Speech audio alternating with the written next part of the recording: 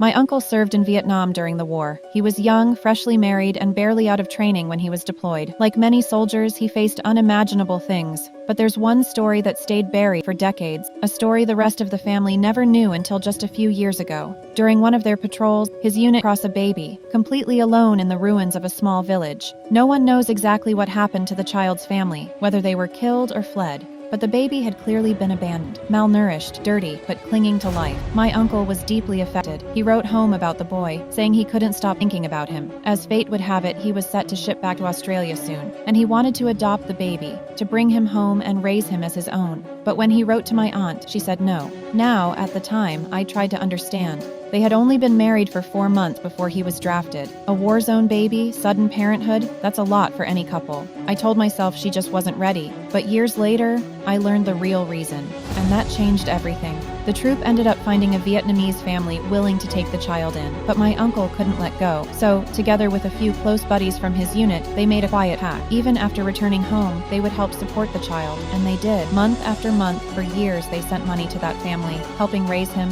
cover school costs, and eventually fund his university education. Later, in the late 90s, they helped the boy, now a grown man, and his adoptive family relocate to Australia, all without my aunt, or the rest of the family, ever knowing. You see, my aunt worked at a bank. She'd noticed the money going out of their account, and she asked questions. But my uncle always had answers. A friend in trouble, a debt, charity, something, anything, and she believed it, or at least pretended to.